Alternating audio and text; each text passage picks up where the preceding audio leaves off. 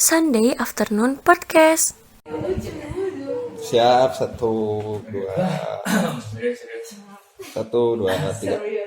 Halo, assalamualaikum warahmatullahi wabarakatuh. Selamat datang kembali di Sunday Afternoon Podcast. Sesuai dengan judulnya, kali ini kita bakal bahas seputar HAM, hak asasi manusia atau hak asasi milik-milik.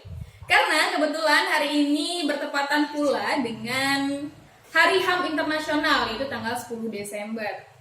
Nah, sebelumnya sebagai informasi terlebih dahulu, supaya teman-teman yang nonton tidak berekspektasi tinggi, jadi di sini atau di konten Q&A ini tidak dalam konteks mengajari. Kita bisa diskusi bareng-bareng nanti setelah kita dapat jawaban-jawabannya.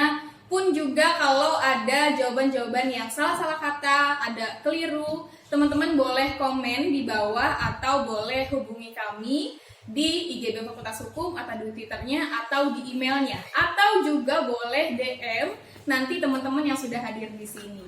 Gitu. Nah, sekarang di sini ada siapa nih di depan aku? Hai, aku Riris. Oh iya, ini pertama kali banget aku diundang ke Sunday Afternoon-nya Podcast BEM. Dan itu kayak lumayan deg-degan juga, soalnya kayak perdana banget gitu. Ya. Gimana nih kalau dengan Arfan? Di sini ada Arfan juga. Hai semuanya, pokoknya hai aja ya. Sebelumnya boleh aku bicara sedikit, menambahkan sebetulnya.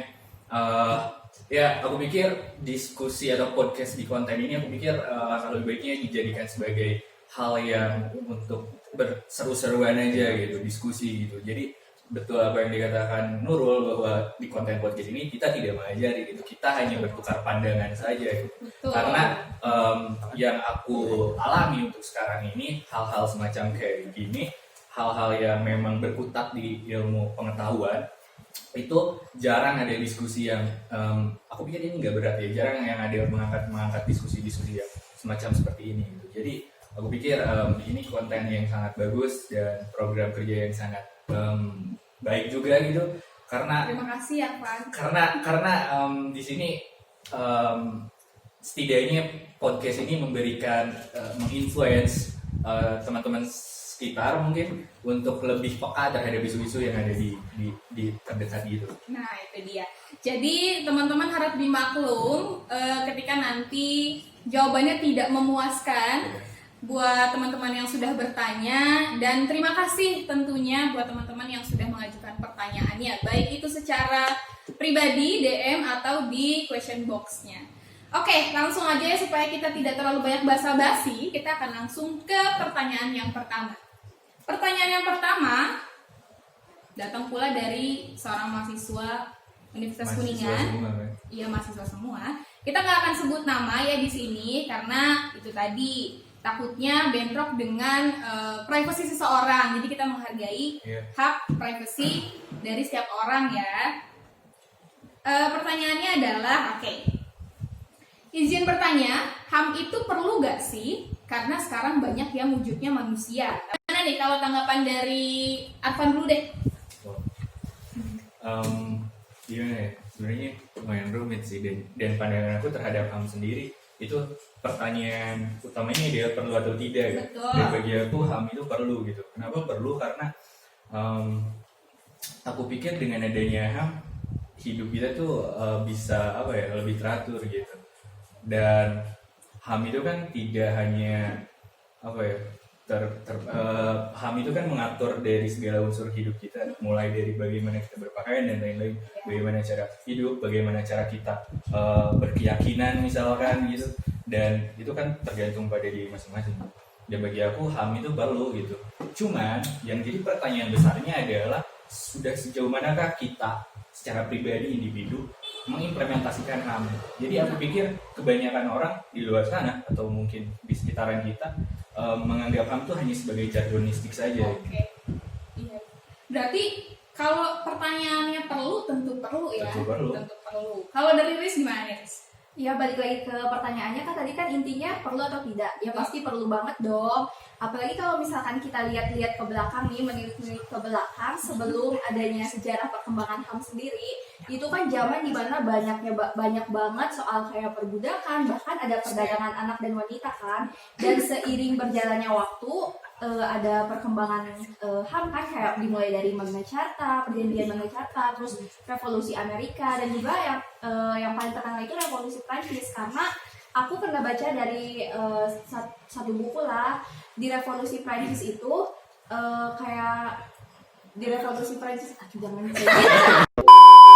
jangan teman-teman, balik lagi nih kayak tadi yang masalah di revolusi Prancis. Jadi aku itu kayak pernah baca satu literatur di dalam buku, satu buku itu kayak ternyata di dalam revolusi Prancis itu apalagi soal menyangkut feminisme itu emang benar-benar diperjuangkan banget. Waktu itu pernah ada satu tokoh feminisme itu yang benar-benar berjuang. Dia sampai waktu itu sempat pernah ditolak juga sama pemerintah pada saat itu karena dia berjuang tentang hak-hak perempuan nih terutama. Tetapi dia itu nggak menyerah pas ditolak itu, dia malah berusaha lewat media koran waktu itu kan. Ternyata setelah dia menulis di media koran tersebut, akhirnya dia tewas dibunuh. Dan itu kemungkinan itu perilaku dari pemerintah pada saat itu sendiri yang memang menolak keras adanya feminisme. Tetapi perjuangan dia nggak sampai di situ aja.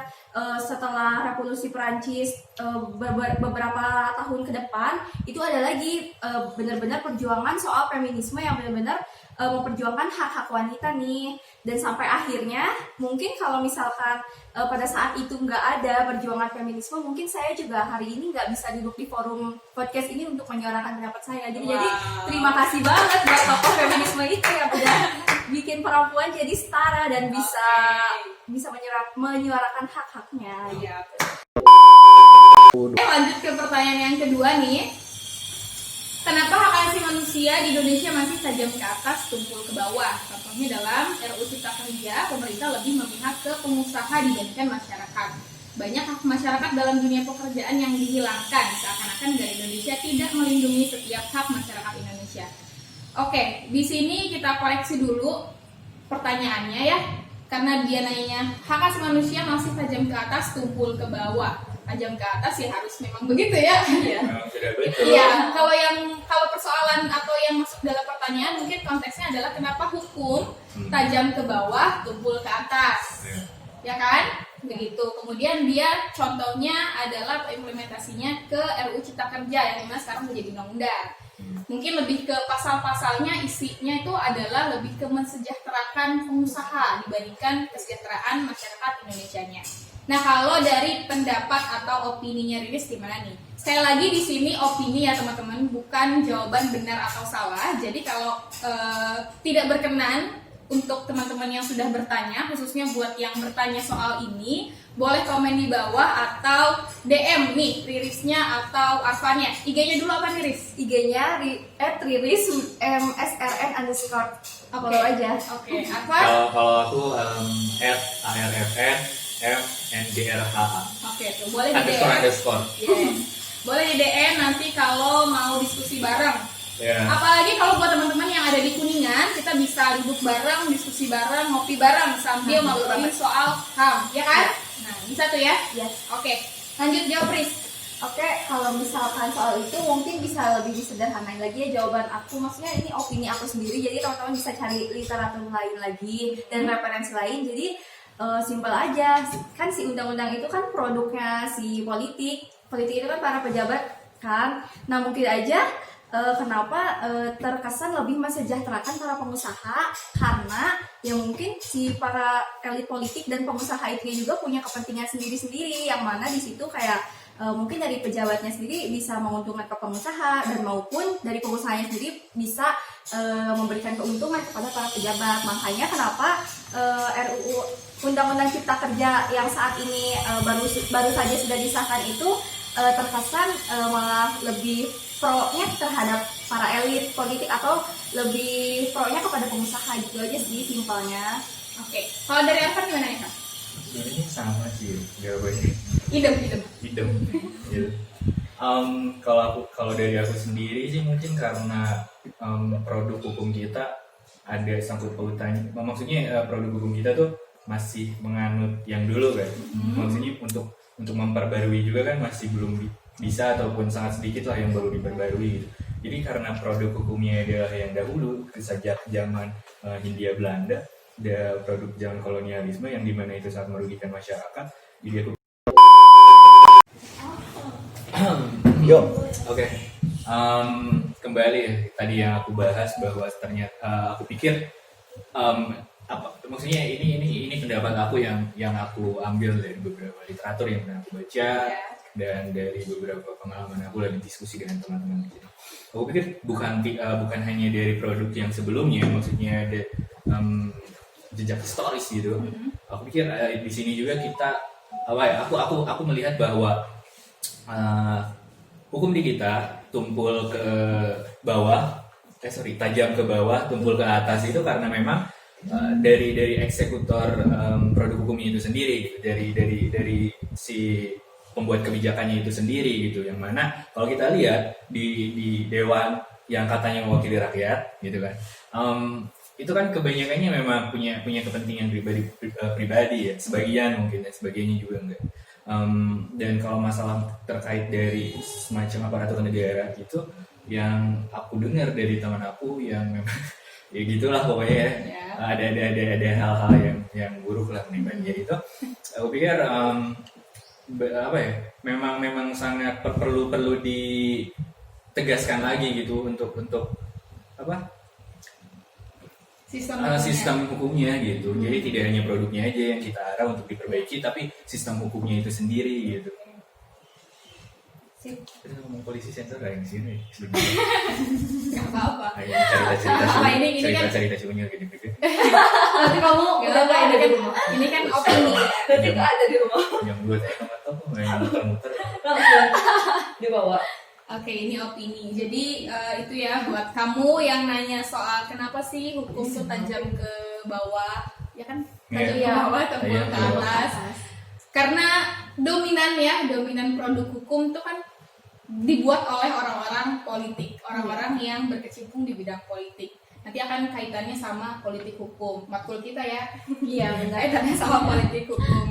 Dan kayaknya emang lebih harus banyak literatur lagi untuk mempelajari kenapa sih hukum tuh, kenapa yang maling singkong tuh dihukumnya misalkan 5 tahun, yang korupsi bermiliar-miliar, bertriliun-triliun tuh cuma 1 tahun 2 tahun, itu kenapa gitu kan? Karena aku pikir dengan maksud aku benar apa yang kamu katakan bahwa kenapa orang yang maling singkong kok segini gitu.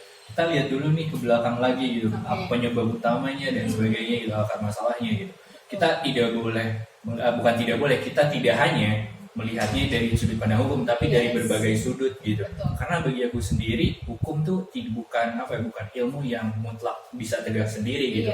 Tapi harus ada bantuan dari yang lain-lain, yang lain kayak sosiologi lah, atau misal ekonomi dan lain sebagainya gitu. Nah, dari itu kan kita nanti bisa menemukan kesimpulan nih, ternyata orang yang maling itu misalkan gara-gara kemiskinan yang sangat merata banget nih, kemiskinan di daerah tersebut dan lain-lain gitu.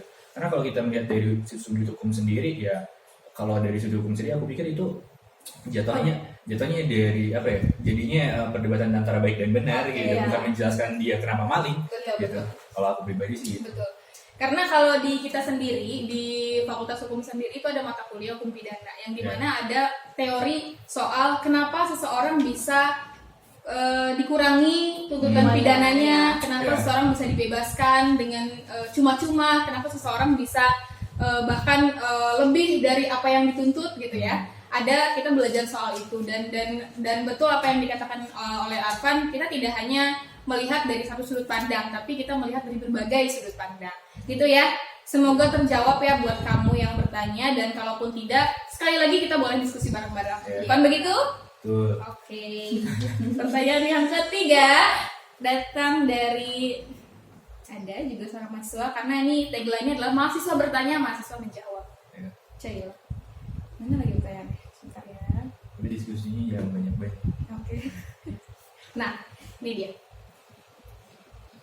Mengapa sampai saat ini kasus-kasus pelanggaran HAM masa lalu di Indonesia belum juga terselesaikan sampai sekarang?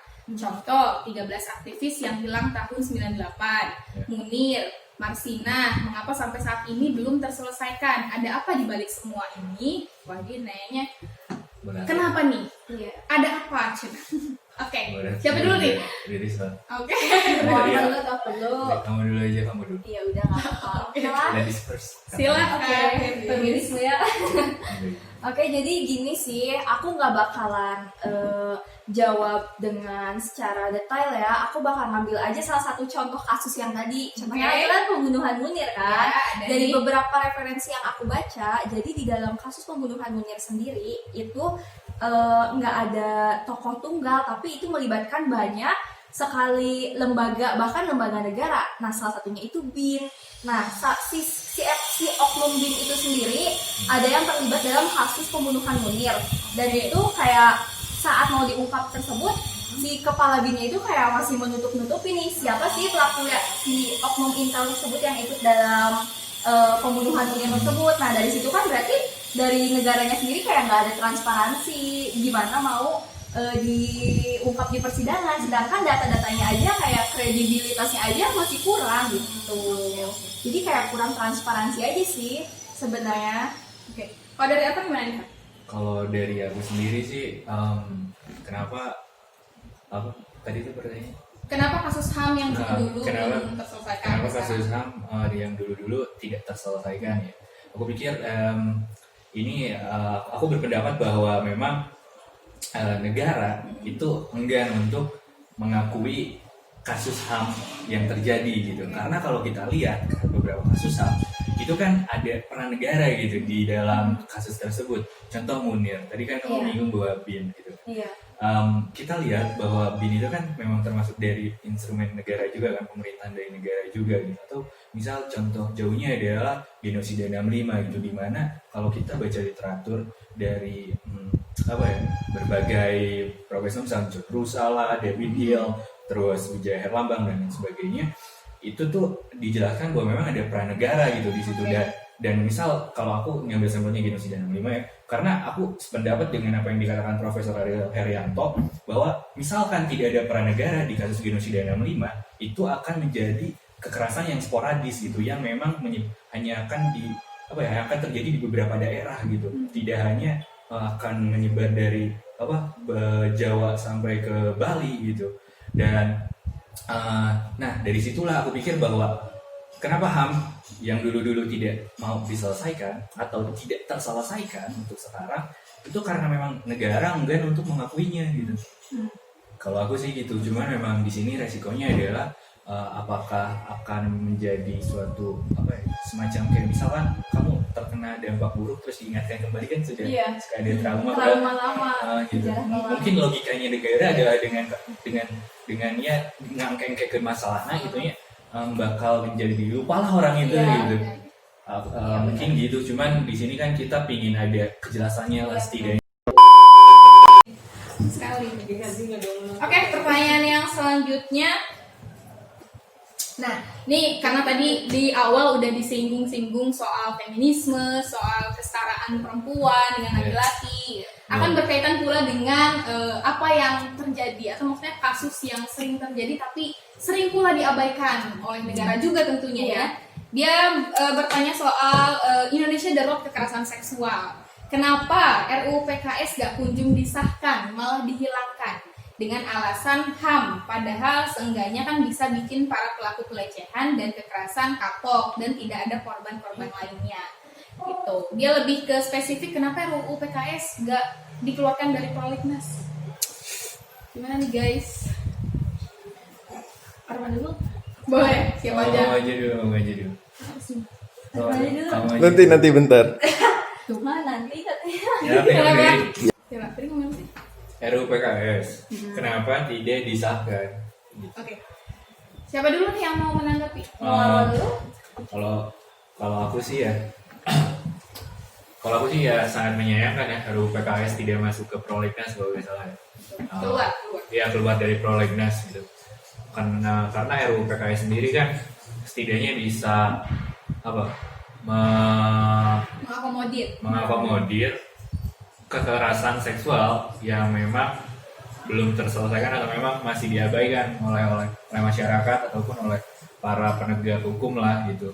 Jadi ya, aku pikir sangat disayangkan ya RUU PKS tidak disahkan.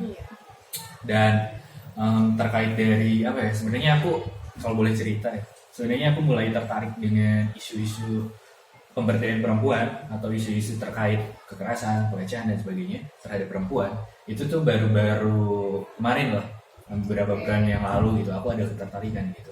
Kenapa? Pertanyaannya adalah karena aku merasa bahwa ada hal yang mengganjal gitu ketika seorang perempuan ini terkena kasus pelecehan gitu, yang mana terkadang orang yang menjadi korban malah seringkali di apa ya, disudutkan gitu oleh masyarakat gitu. Padahal tidak seperti itu gitu. Yang si korban pun kan nggak mau sebenarnya dilecehkan gitu kan. Atau mungkin orang-orang berpikir, masyarakat di kita khususnya kayak apa yang terjadi dari pemerkosaan itu karena pakaian misalkan terbuka gitu, minim lah gitu. Padahal kalau ngambil sampel dari redaksinya Vice waktu itu ngelakukan apa ya, membuat pernyataan, bukan membuat beritanya, dia menjelaskan bahwa sebetulnya pakaian gak berpengaruh besar gitu, mau pakaian terbuka atau tertutup, perkosaan pasti akan terjadi gitu. Dan aku di sana mulai berpikir, mulai berkontemplasi gitu bahwa ada yang ganjal nih di lingkungan sekelilingku gitu. Dan dari sanalah aku mulai tertarik untuk mempelajari dan menggali lah apa yang dinamakan kekerasan seksual, kenapa gitu itu bisa terjadi. Dan aku mulai tertarik untuk memberdayakan perempuan gitu, karena memang perempuan sama dengan kita, manusia gitu kan. Sebab orang melihat bahwa perempuan itu sebagai objek gitu. Iya. Ya, jadinya aku ingin apa ya, mengentaskan pikiran-pikiran seperti itu bahwa perempuan hanya jadi objektifikasi saja, bahwa perempuan sebetulnya manusia. Terus karena kalau boleh jujur juga sebetulnya aku memang masuk ke dalam apa yang dinamakannya budaya patriarkis gitu, yang memang sudah mengakar sejak dulu. Iya. Gitu kan. Jadi aku pernah jadi bagian itu dan sangat jujur sekali bahwa itu mengganggu, merugikan diriku pribadi, merugikan sebetulnya teman-teman perempuan juga gitu. Jadi untuk membayar dosa-dosaku di masa lalu gitu ya bahasanya, aku mulai untuk mempelajari hal-hal seperti itu. Setidaknya aku penembusan dosa lah gitu sih. Jadi ya itulah kenapa aku tertarik untuk membaca literatur, belajar literatur terkait perempuan gitu. Dan ternyata setelah aku baca ternyata memang perempuan itu memang hebat gitu. Perempuan beserta problemnya ya. Iya, perempuan dan beserta problemnya lah gitu. Karena banyak sekali sebetulnya problem perempuan gitu, dan itu seringkali diabaikan. Betul banget. Nah, aku sedikit bangga, sedikit ya, banyak bangganya sama Arfan ini, karena memang dia adalah salah satu temanku juga yang awalnya tuh kayak memandang perempuan tuh sebelah mata, atau bahkan tadi dia sudah mengakui sendiri mengobjektifikasi perempuan itu sendiri. Tapi dia sekarang sudah ini ya, apa namanya? Penebusan dosa lah. Penebusan dosa gitu. Sudah tobat ya, sudah menyadari bahwa perbuatan itu salah. Ya, perbuatan itu salah gitu. Sekecil apapun sebetulnya, kayak misalkan aku manggil kamu nih kayak hey cewek gitu. Aku pikir itu sejak dulu biasa aja gitu. Ternyata memang itu salah gitu. Itu bagian dari kekerasan. Iya, itu terbagian dari kekerasan maupun pelecehan terhadap perempuan gitu. Kalau kita pakai piramida perkosaan gitu, yang paling bawah tuh ya kayak gitu. Dan ternyata berawal dari situ berawal dari situ. Aku pikir itu hal kecil, ternyata itu memang bisa berimbasnya bisa besar gitu, karena tiap orang kan psikisnya beda-beda. Barangkali ada orang yang takut setelah apa ya, ada catcalling gitu seperti itu tadi gitu kan. Riz, gimana Riz? Itu kan tadi pertanyaan utamanya itu kenapa RUU PKS? Iya, nggak disahkan kan? Kalau dari artikel yang pernah aku baca nih, itu katanya si RUU PKS ini pro perzinaan. Aku nggak tahu nih letak pro perzinaannya itu di mana, tapi beberapa pendapat itu menyatakannya seperti itu. Mungkin karena hal itu nggak disahkan. Tapi teman-teman yang nanyain soal tadi bisa cari referensi lain lagi sih gitu. Terus tadi juga nyambung sama pernyataannya Arfan yang soal biasanya si korban itu disudutkan, dipojokkan kan. Iya, banyak banget, dan itu kayak banyak banget kasus yang si korban itu di masyarakatnya itu dikucilkan, kayak istilahnya kasarnya, itu mah udah gini gitu. Seharusnya kan dia dapat malah harusnya dirangkul gitu. Dilindungi, Iya, dapat perlindungan. Iya, dirangkul karena kan aku juga sebagai perempuan kayak perempuan kan apa-apanya perasa gitu kan, menggunakan perasaan. Setelah dia jadi korban, setelah dia melewati beberapa permasalahan, apalagi permasalahan soal pemerkosaan, itu kan yang paling buruk. Apalagi pemerkosaannya ditambah juga ada kekerasan seksualnya, dan itu kan selain merusak fisik dia, itu juga merusak mental dia. Seharusnya masyarakat Indonesia ini, khususnya di lingkungan kita sendiri ini juga, kayak ya udah, maksudnya dia juga nggak salah. Siapa sih yang mau kan? Siapa yang mau diperkosa? Siapa yang mau jadi korban lah?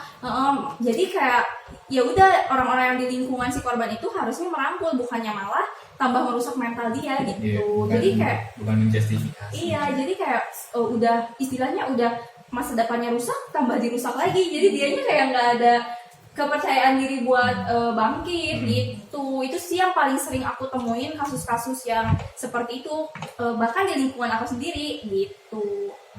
Iya, jadi tadi juga salah satu bentuk dari kekerasan terhadap perempuan, karena kalau ngomongin kekerasan tidak hanya selalu soal pemerkosaan ya, tidak hanya selalu yang berhubungan dengan fisik gitu ya, tapi sekecil catcalling aja, kayak gitu aja udah jadi bentuk atau sudah melakukan kekerasan terhadap perempuan gitu ya. Nah kalau aku salah sedikit. Mungkin ada banyak orang yang beranggapan bahwa feminisme itu selalu dikaitkan dengan perempuan saja. Betul. Tapi sebetulnya enggak gitu. Feminisme sendiri ya itu bergerak sebetulnya ke berbagai gender gitu. Laki-laki juga gitu, laki-laki dan perempuan juga gitu. Ya termasuk. Jadi kita tadi udah ngebahas terkait pelecehan seksual dan gimana pun. Aku pikir laki-laki pun seringkali terjadi gitu, atau pernah lah gitu, kayak misal alat vitalnya dipegang misalkan oleh temannya gitu, tanpa ada consent, tanpa ada perizinan gitu, misalkan gitu. Atau kayak banyak lah. Aku pikir bercanda nggak harus gitunya. Aku pikir gitu, karena bercanda bisa ada yang sedikit kalau kata Dono tuh ada kritik sosialnya lah gitu. Kalau kita baca artikel gitu. Jadi aku pikir feminisme itu tidak hanya, kan banyak orang yang beranggapan bahwa feminisme itu paham khusus perempuan dan menuntaskan apa yang laki-laki lah, puncaknya laki-laki gitu. Aku pikir enggak gitu. Feminisme itu aku pikir udah baik, karena memang dia menstabilkan dan dari peran dua gender ini gitu. Jadi banyak orang yang salah persepsi. Simpelnya mungkin lebih ke paham yang mengajarkan kita untuk saling menghargai menghargai. apapun gendernya gitu ya. Karena tadi sudah dibilang, kekerasan seksual korbannya tidak hanya perempuan, laki-laki pun bisa gitu. Siapapun pelakunya, kalau dia perempuan juga tetap kita harus tindak ya. Maksudnya untuk soal kekerasan seksual nggak boleh ada nggak boleh ada Perbedaan gender, jeda untuk saling menyudutkan korban, baik itu perempuan atau laki-laki kan gitu. Kalau ngomongin soal kekerasan seksual, kenapa sih kekerasan seksual itu bisa terjadi? Apa sih faktornya tuh? Kalau menurut pandangan Rene Stefan dia siapa dulu nih? Stefan dulu. Oke. Kalau aku pribadi, kenapa kekerasan itu terjadi? Karena memang budaya di kita tuh memang sudah patriarkis. Jadi ada sangkutannya dengan budaya patriarkis, di mana wanita seperti yang aku bilang tadi ada di nomor kelas 2 kan, dan dijadikan objektifikasi gitu. Nah, aku pikir ini dampaknya adalah dari media juga gitu. Contoh lah seperti kayak film dan lain sebagainya, yang mana sedikitnya ada beberapa film yang merepresentasikan bahwa sebetulnya perempuan tuh ya lemah dan lain sebagainya, jadi gampang untuk melakukan pemerkosaan gitu kan. Dan terjadinya perkosaan pun aku pikir adanya video porno mungkin ya. Karena aku ini pendapat aku pribadi bahwa video porno itu sebenarnya aku nggak menyalahkan proses, kayak misal kita ngebahas edukasi saja bahwa yang namanya onani itu ya emang nggak salah gitu. Maksudnya itu baik lah kalau kata ilmu kesehatan gitu. Tapi yang bermasalah itu sebenarnya video porno itu sendiri gitu, karena kalau kita keterusan video porno tuh bisa merusak otak kita. Jadi aku pikir adanya tindakan kekerasan itu ya tadi budaya yang patriarkis ditambah adanya media yang memang merepresentasikan apa ya? Ada sarana yang semakin melanggengkan Iya, itu. ada sarana yang makin melanggengkan itu. Oke. Kalau aku jadi di situ kan orang-orang menganggap bahwa perempuan Iya. sebagainya. Aris gimana Nis? Aku sih kayak nambahin aja sih dari pernyataannya Arpan yang tadi aku mengutip kenapa ada kekerasan seksual karena perempuan dianggapnya lemah kan. Kalau kita lihat histori ke belakang sih iya, maksudnya sebelum ada sejarah perkembangan HAM juga kan di situ kayak banyak banget nih wanita-wanita yang diperjualbelikan, yang diperbudak, dan itu kayak sampai sekarang pun kayak masih menjadi kebiasaan gitu. Jadi pemikiran bahwa wanita lemah itu ya dijadikan bahan apa ya, bahan untuk Masak. apa ya istilahnya, Apa? peluang Oke. untuk seseorang, khususnya kan di sini kebanyakan korbannya wanita kan, seorang laki-laki buat melakukan pemerkosaan bahkan sampai melakukan kekerasan seksual sendiri. Mungkin karena dilihat dari historisnya pun perempuan itu selalu dianggap lemah. Pada intinya sih aku pikir karena memang perempuan seringkali dijadikan objek. Iya. Jadi makanya ya kekerasan atau pelecehan atau pemerkosaan itu, kekerasan atau pelecehan gitu ya, Iya. sering terjadi ya karena itu, karena perempuan seringkali dianggap objek, bukan manusia gitu. Iya. Dijadikan sebagai pelampiasan hasrat manusia itu sendiri. Sebetulnya ya mau perempuan mau laki-laki sebenarnya ada aja kayak gitu. Oke deh. Dan ketika perempuan dijadikan objek tuh berkaitan dengan stigma itu sendiri, stigma Iya. masyarakat itu sendiri, Iya. ya kan ya? Iya. Maksudnya yang membiarkan hal itu menjadi suatu hal yang lumrah, menjadi suatu hal yang biasa, menjadi langgeng bahkan gitu kan ya.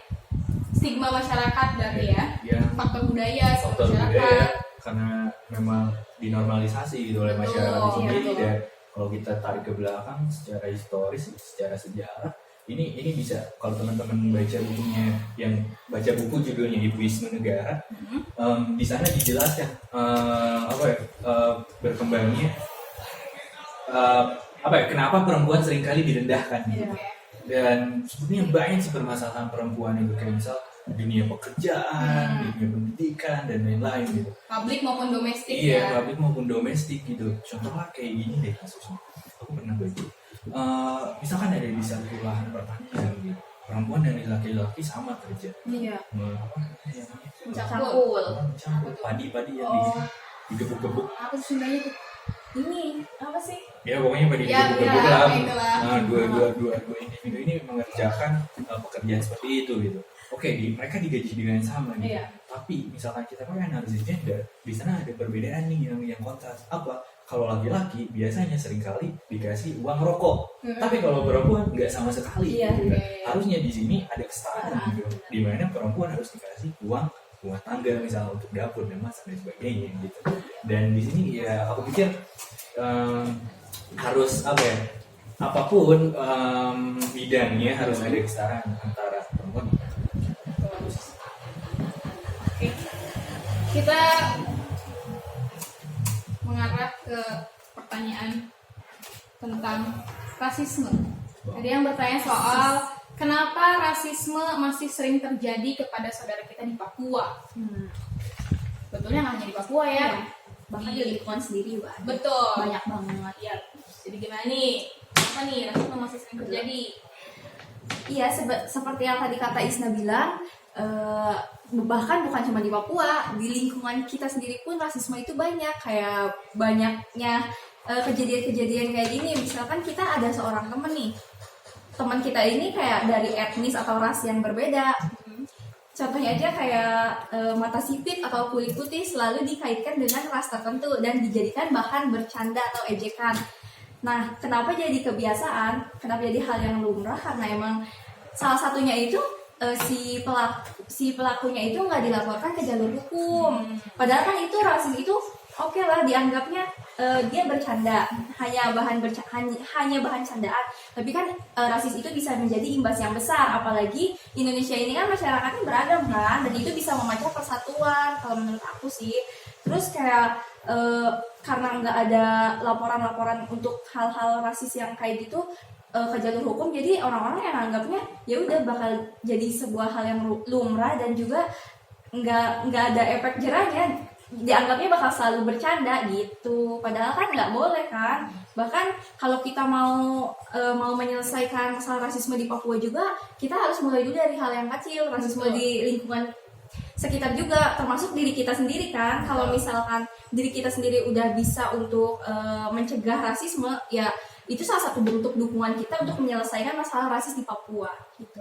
Jadi minimalnya kita harus aware lah ya terhadap masalah-masalah kecil. Sesimpel kamu sipit, aku belok gitu kan. Kita harus saling menghargai ya gitu ya. Iya. Kemudian kalau dari aku gimana?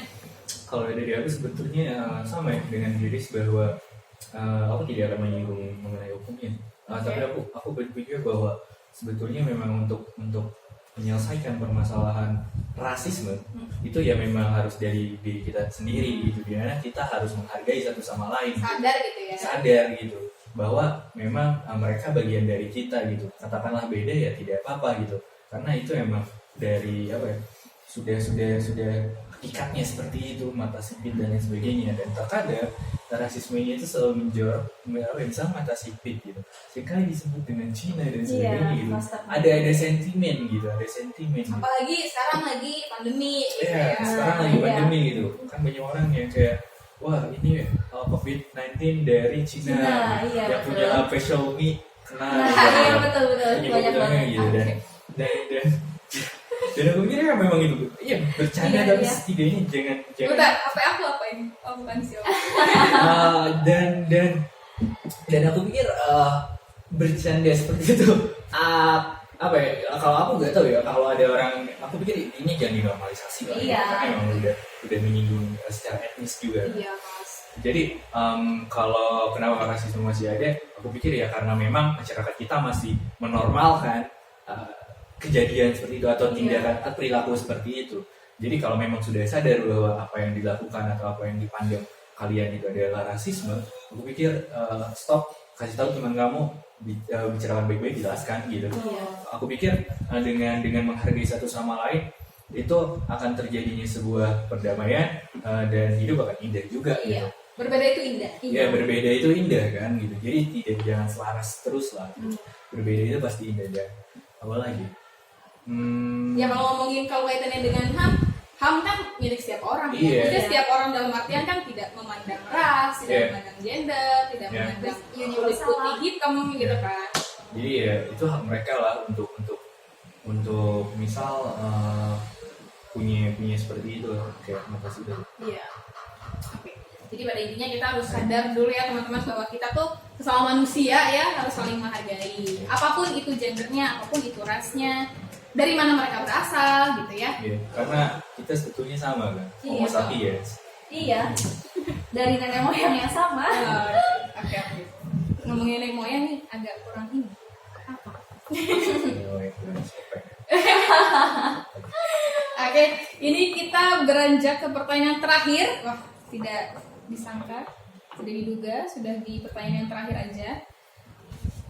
Pertanyaannya adalah seputar balik lagi nih soal seksisme, tapi dia ada di bidang pendidikan. Apakah benar dalam pola pendidikan kompetitif meniadakan studi terkait seksisme? Seksisme. Apa sih definisi seksisme, guys? Aku pikir definisi seksisme itu sendiri kan melecehkan seorang perempuan gitu. Iya, melecehkan seseorang lah ya. Melecehkan di luar dia perempuan atau bukan. Iya, melecehkan seseorang lah pada intinya gitu. Jadi mungkin pertanyaan ini adalah studi terkait lebih ke ini mungkin ya. Keliru ya, ini pertanyaan mungkin ke lebih apakah benar dalam pola pendidikan kompetitif meniadakan studi terkait seksisme? Lebih ke studinya, bukan lebih ke konteks seksisme secara secara spesifiknya, tapi pembelajaran atau edukasi terkait dengan seksisme apakah benar ditiadakan di bidang pendidikan. Tapi Sebenarnya seperti itu. tapi sebelumnya aku nggak tahu juga sih, ini sebelumnya emang pernah ada terkait studi ini atau enggak. Oke. Kalau misalkan belum ada, ya aku setuju aja sih. Alasannya karena gini loh, seksisme Sebaiknya diadakan. Iya, sebaiknya diadakan karena seksisme sendiri itu kan kayak diskriminasi buruk terhadap bias gender kan. Nah itu baik perempuan maupun laki-laki kan, objeknya nggak hanya menyangkut perempuan. Nah, kayak contohnya gini aja deh, yang menyangkut laki-laki nih. Ini buat pengetahuan aja, yang soalnya kan biasanya terkaitnya selalu perempuan nih. Ini buat pengetahuan aja. Contohnya gini, di satu keluarga itu terdapat 2 orang anak, anak perempuan dan laki-laki. Tapi ketika mereka berdua, si anak laki-laki dan si anak perempuan ini belum mendapatkan pekerjaan, tapi yang sering kali dilontarkan pertanyaan tentang kayak kenapa sih kok masih nganggur, pasti ke laki-laki. Padahal itu kan sama-sama, padahal perempuan juga kan punya hak untuk bekerja gitu. Betul. Ini buat pengetahuan aja sih.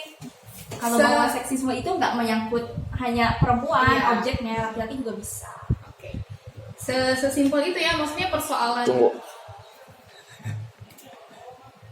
Kamu dia ngomong. Seksisme. Yuk sok. Itu yang jadi pada intinya apa?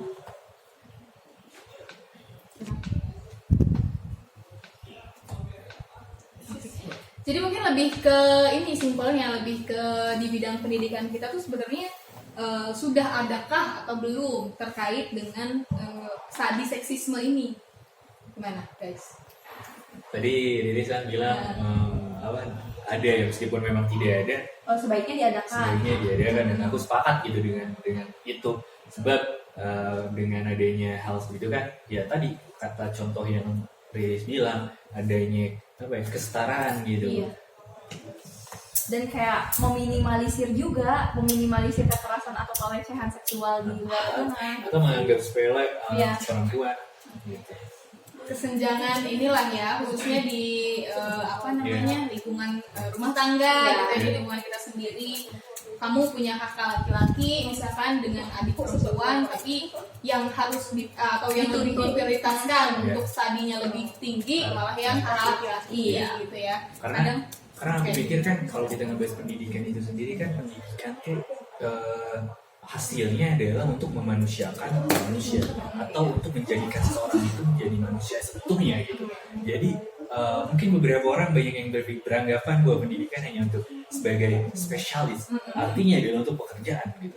Tapi kalau kita berpatokan apa yang dikatakan Ki Hajar Dewantara, ngolah rasa, dan satunya lagi apa, aku lupa itu, pendidikan itu memang untuk memanusiakan manusia gitu, dan menjadikan si pendidik itu sebagai manusia seutuhnya. Misalnya kita nih mahasiswa kuliah untuk menjadikan manusia, untuk kita menjadi manusia seutuhnya gitu. Jadi tidak hanya untuk bekerja saja, tapi luas gitu. Ada di balik itu tuh sebetulnya ada filosofisnya gitu. Kalau kita memang, jadi aku pikir ketika ada hari pendidikan ya janganlah hanya merayakannya saja, tapi kita harus mengimplementasikan dan mengkontemplasi, memikirkan lagi gitu. Sebenarnya apa sih pendidikan itu sendiri? Buat Gitu. apa sih? Iya. Gitu. Terus sistem yang selama ini kita jalani udah benar apa belum gitu kan? Jadi ya pada akhirnya kan kita harus menjadikan pendidikan tuh sebagai lingkungan yang baik lah gitu, yang memang tidak hanya untuk kerja saja, tapi untuk menjadikan kita manusia dan mengasah pikiran kita. Oke. Sip. Gitu. Kalau aku sih, karena kalau misalkan baca sejarah itu kayak keren banget tuh sekolah-sekolah yang dibuat misal kayak oleh Tan Malaka di Semarang itu, di Ki Hajar Dewantara dan lain-lain lah pokoknya. Ya sedikit romantisme sejarah. Iya. Oke. Seru sekali nih guys sebetulnya diskusi kita kali ini, perbincangan kita kali ini, karena bahasannya seputar hak asasi manusia dan keterlibatan perempuan yang jarang sekali mahasiswa berbicara soal ini sebetulnya ya. Maksudnya yang apaan sih keterlibatan perempuan gitu ya, itu mah korbannya aja kali ya baju seksi gitu kan, korbannya aja kali yang keluar malam-malam gitu kan. Padahal kalau kita mengkaji persoalan itu sebetulnya siapapun pelakunya maupun perempuan atau itu laki-laki, kalau persoalan kekerasan seksual atau kalau dia melakukan pelecehan tetap harus ditindak ya. Setuju ya? Setuju. Oke, Setuju. jadi stop kekerasan terhadap perempuan. Gitu. Nah, di bagian akhir nih supaya ada hasilnya dari diskusi kali ini, apa sih yang harus kita lakukan sebagai seorang mahasiswa lah ya minimalnya, atau sebagai seorang yang masih ada di bidang pendidikan nih, tadi kan sebut juga di bidang pendidikan, kita tuh harus gimana? Apa yang harus kita lakukan? Solusi ininya lah, solusi jangka pendeknya lah. Kalau untuk jangka panjang, maybe pemerintah harusnya yang harus memikirkan itu. Dari kita deh, minimalnya dari solusi jangka pendeknya seperti apa? Kalau dari Riz gimana, Riz? Untuk HAM dan kekerasan perempuan kan, oke, kalau misalkan buat HAM sih kan kita ini sebagai mahasiswa sering disebut agent of change kan, atau agen perubahan. Nah, ini peluang banget buat kita nih teman-teman, karena mahasiswa itu dari dulu juga kan terkenalnya perubahan-perubahan kan, buat perubahan-perubahan. Contohnya aja kayak perubahan dari Orde Baru ke Reformasi, contohnya kan itu. Nah, kita juga di sini bisa Kita belum kita juga bisa membawa perubahan khususnya di bidang HAM dan juga dalam kasus-kasus kekerasan seksual pada perempuan kan. Nah, jadi kalau misalkan untuk HAM sendiri itu kalau menurut aku sih kayak lebih dari diri kita yang sendiri, karena selain ada faktor eksternal kayak misalkan seseorang yang melanggar HAM bisa dihukum, itu kan faktor eksternalnya, harus juga ada faktor dari diri sendirinya. Soalnya kalau misalkan ada kemauan dari diri sendiri, pasti melakukannya juga bakalan lebih mudah gitu. Itu untuk HAM. Kalau misalkan untuk kekerasan terhadap perempuan juga bisa lebih banyak baca-baca literatur atau referensi tentang kekerasan seksual, betapa bahayanya atau gimana aja resikonya baik bagi pelaku maupun korban gitu. Nah, terus kalau misalkan untuk solusi jangka pendeknya mungkin kita sebagai mahasiswa bisa memanfaatkan peluang untuk berdiskusi kayak gini kan gitu. Jadi kayak stop